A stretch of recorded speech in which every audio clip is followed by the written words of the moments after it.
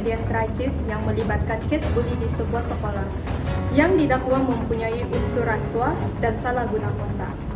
Menurut sumber, seorang pelajar telah menjadi mangsa buli yang berterusan oleh seorang pembuli sehingga menyebabkan tekanan emosi yang teruk. Keadaan ini dipercayai mendorong mangsa mengambil keputusan untuk menamatkan riwayat hidupnya. Menurut keterangan pihak hospital, mangsa turut menunjukkan tanda-tanda pendarahan fisikal sebelum meninggal dunia. Menurut bidang siasat yang telah saya lakukan, mangsa tersebut didapati kecederaan pada bahagian kaki dan lengan serta mempunyai keretakan rusuk di tulang bahagian kiri. Kecederaan ini kemungkinan besar disebabkan oleh trauma fisikal akibat dipukul ataupun ditendang. Namun puncak kematian mangsa ialah akibat pengambilan pil secara berlebihan. Apa kau boleh aku apa salahku? Sebenci kau.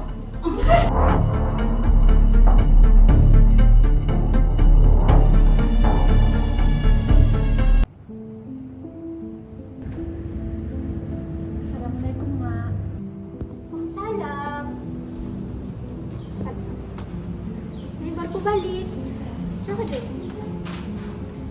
Kenapa mukakmu ni? Terjatuh tadi di sekolah.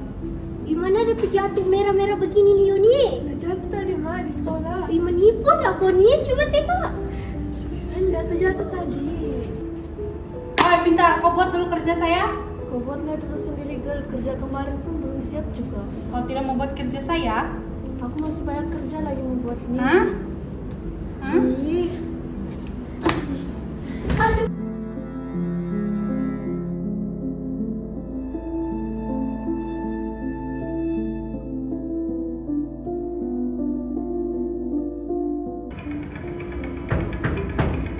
Ya, masuk. Selamat pagi, Cek.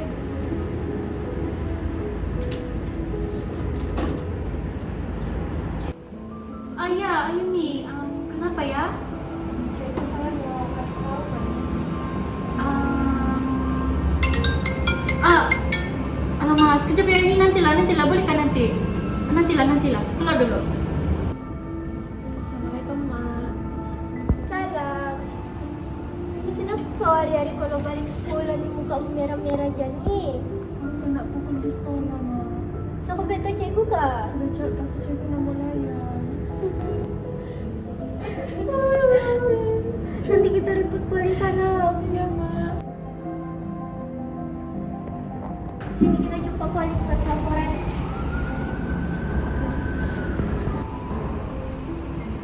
Puan, saya mau buat laporan polis. Ya, sebentar, kejap ya. Ya, tolong isi nih maklumat dari kamu ya. Ini isi saja. Iya.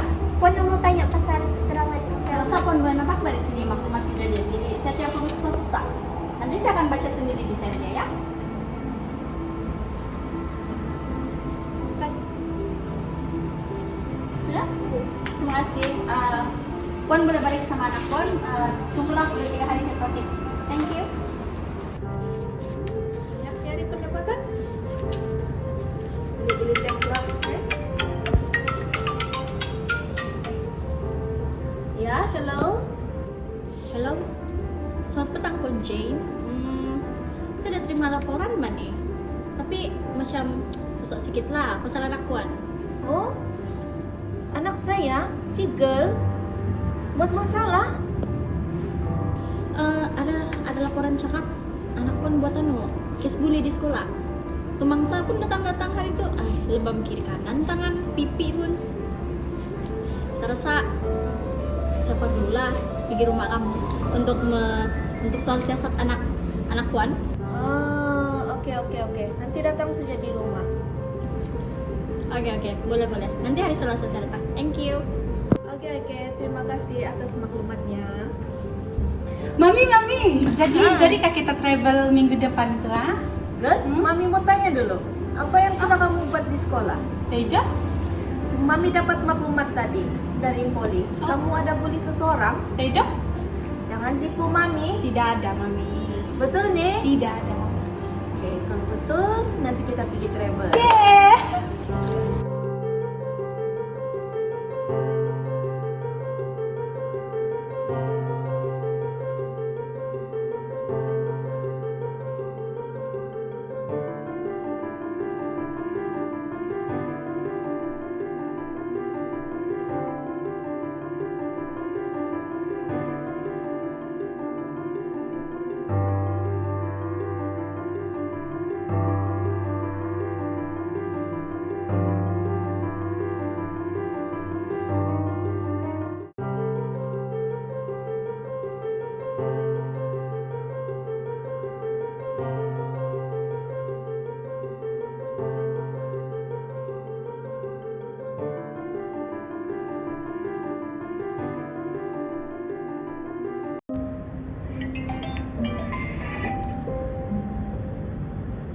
Halo?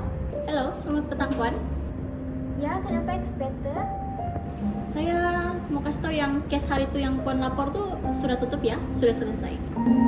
Hah? Kenapa boleh case itu terus ditutup? Sebab kami telah buat siasatan, tapi tidak juga apa-apa yang berlaku kan yang teruk. Jadi kami memutuskan untuk menutup case begitu saja sebab tidak bukti kuku. So, mungkin setakat ini sajalah. Ya, case itu sudah selesai.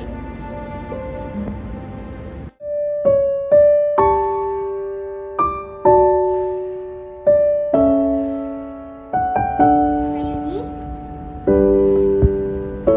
Ayuni!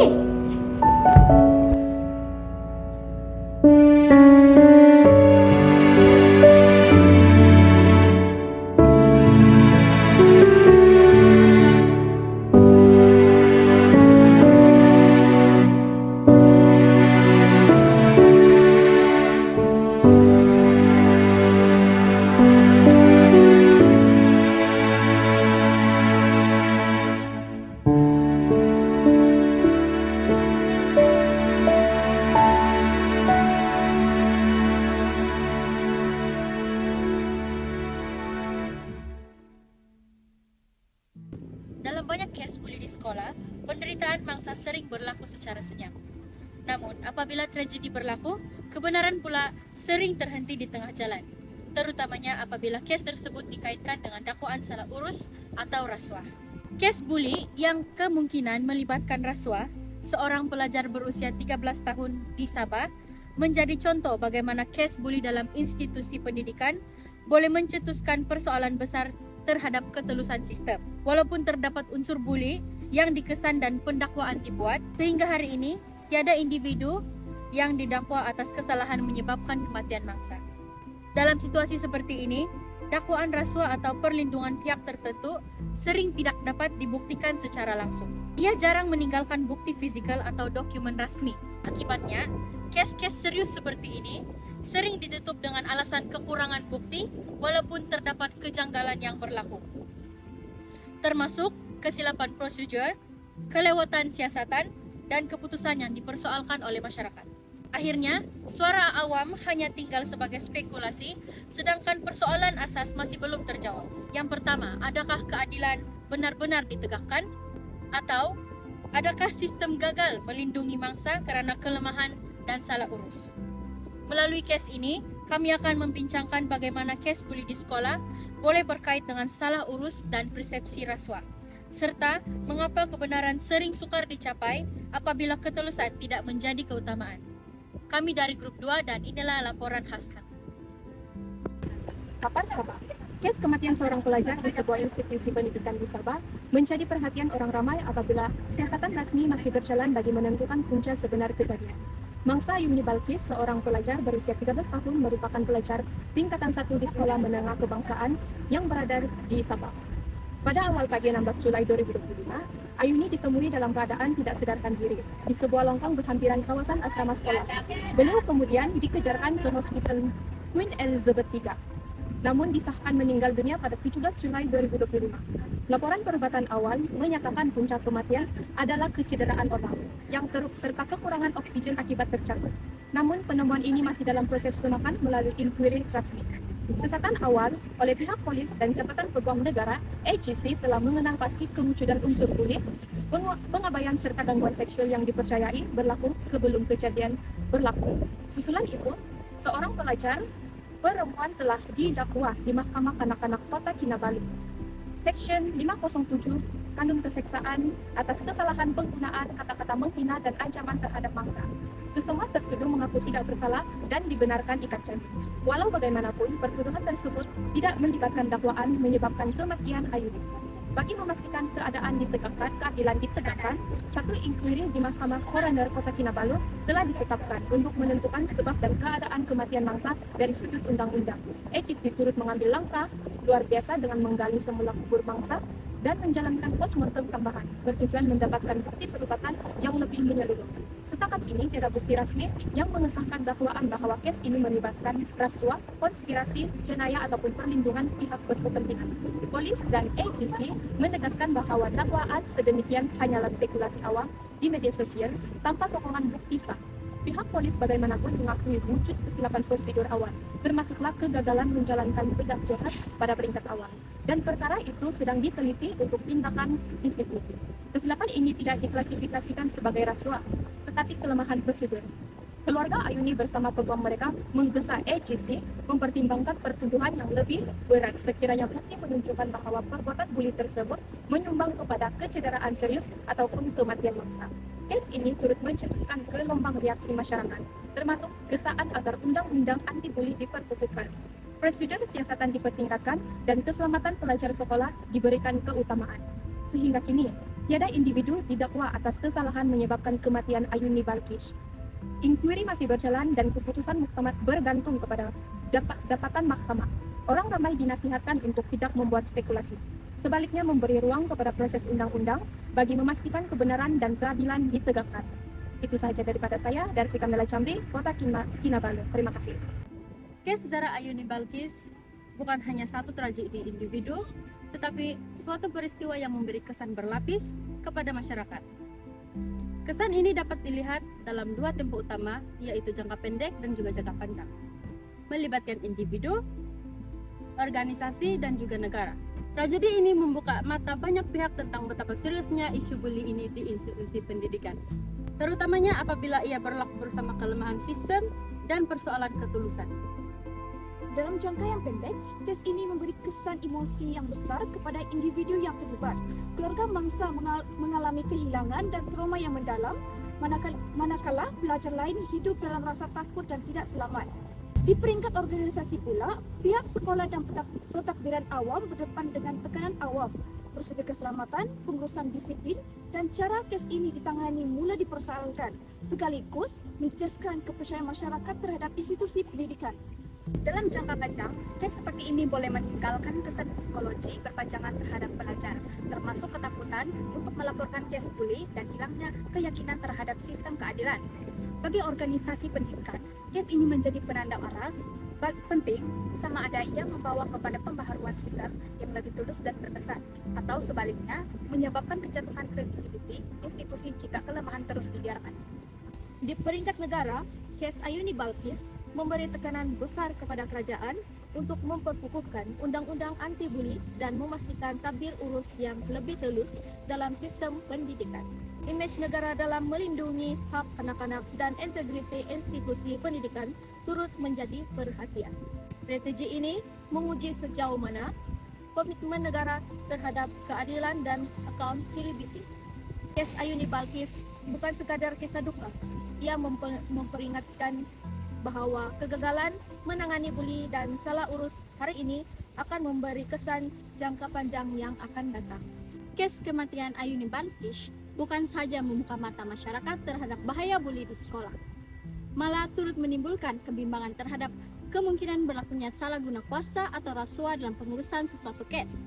Walaupun sehingga kini tiada bukti rasmi yang mengesahkan bahwa rasuah berlaku.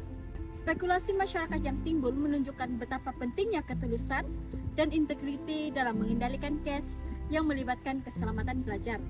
Antara pengajaran utama dari kes ini ialah kepentingan integriti dalam setiap peringkat pentadbiran dan penguatkuasaan undang-undang.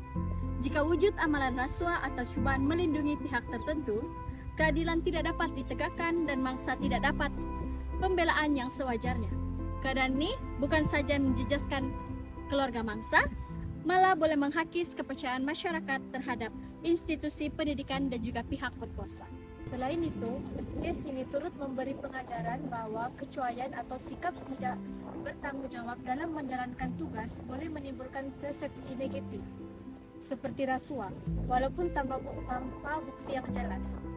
Kelewatan siasatan, kesilapan prosedur, atau kegagalan yang mengambil tindakan tegas boleh menyebabkan masyarakat mempersoalkan kecekapan dan ketulusan sistem keadilan.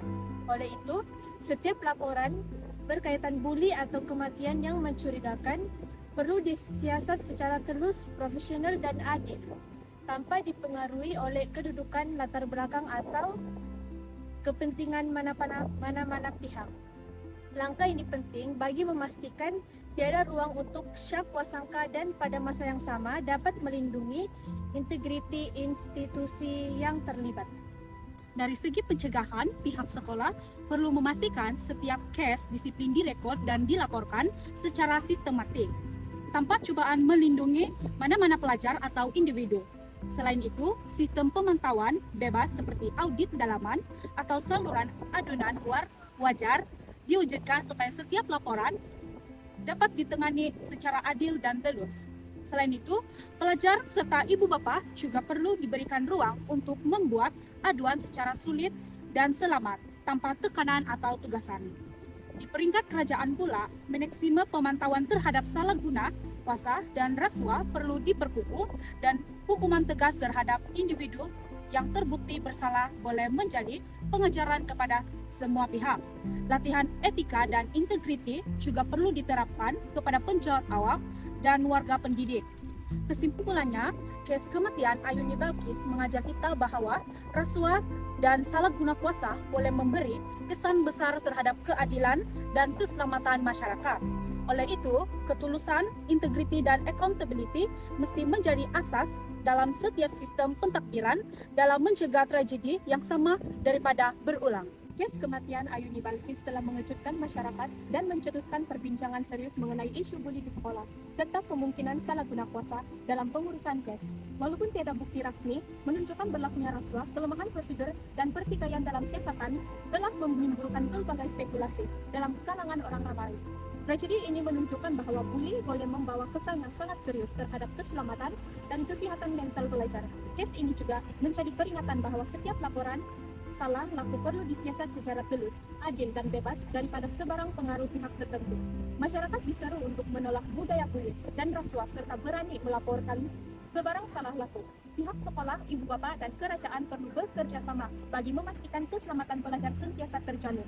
Kes ini diharapkan menjadi pengajaran penting agar siasatan pendidikan dan penguasaan undang-undang terus diperkukuh demi melindungi generasi masa hadapan. Sekian. Hai, nama saya Siska Jelisti Parmin.